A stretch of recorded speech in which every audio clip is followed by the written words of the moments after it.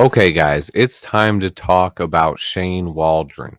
I hyped him up this offseason and called him the best possible hire we could have had under the circumstances of keeping Matt Eberflus. I also believe he has the potential to be a top 10 play caller in the NFL. After the first couple of games, my comments were flooded with Shane Waldron hate, even from ex-Seahawks fans coming onto my videos and making comments. So today we're going to address that. I was told the Seahawks were going to be better off without Shane Waldron this season, but his work with Geno Smith is a thing of beauty that still is not talked about enough. Geno was an afterthought in the NFL. He was a known bust and just a 30-year-old NFL journeyman.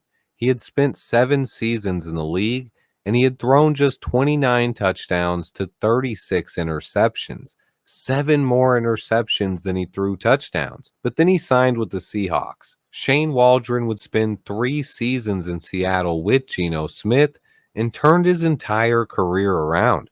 In their 3 seasons together with Waldron calling plays, Geno Smith threw 55 touchdowns to just 15 interceptions. He was a completely different player, and he threw for more yards in 3 seasons than he had so far in his career. In 2022, he won Comeback Player of the Year and had a season that was better than any Bears quarterback has ever accomplished in history. With Shane Waldron calling plays, Geno Smith would throw for 4,282 yards, 30 touchdowns, and just 11 interceptions. But now Shane Waldron is gone. And I've heard people even bringing up Jackson Smith and Jigba in his comments about Waldron. But what has Geno done this year now that Waldron's gone? After 6 games, he's thrown the same amount of interceptions as touchdowns, even with a stud receiver core. He has DK Metcalf, Tyler Lockett, and Jackson Smith and Jigba, and he has not thrown 2 touchdowns in any single game all season long. But he has thrown multiple interceptions twice. Geno clearly does not look the same without Shane Waldron calling plays.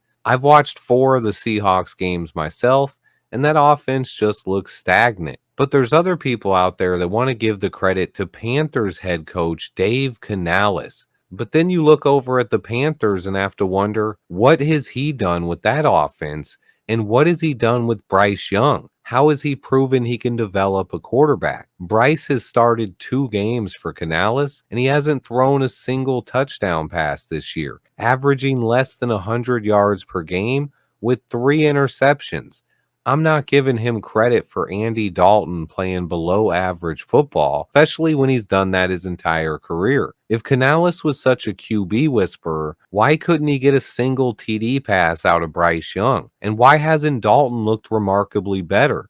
Sure, Dalton won 1 game, but he only threw for 136 yards, 0 touchdowns, and an interception against us. Meanwhile, Shane Waldron has gotten his rookie quarterback Caleb Williams cooking, breaking NFL records, and leading this offense to its first back-to-back 5 TD performance since 1956. Shane Waldron is doing that with a rookie quarterback. It's time for the Shane Waldron haters to sit down. Take a seat, guys.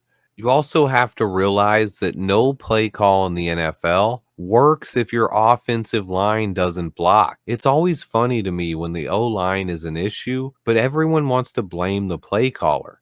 It shows a lack of understanding of what's happening on the football field to me. It's crazy to me that Seahawks fans hated Shane Waldron. Did they forget that Geno Smith was the quarterback? And after they traded Russell Wilson, nobody in the media expected them to compete at all. But Shane Waldron helped keep that franchise afloat after Russ left, and he turned Geno's entire career around. I'm sure a lot of Seahawks fans wouldn't mind Shane Waldron being back right now. And I don't expect Geno Smith to ever have as good of a season as he had in 2022 with Shane Waldron. That's never going to happen again. Good luck to you Seahawks fans. Meanwhile, if the Chicago Bears keep playing this way, Shane Waldron's status as a play caller will continue to grow around the league. I love what he's done with Caleb Williams. He's mixing up play calls.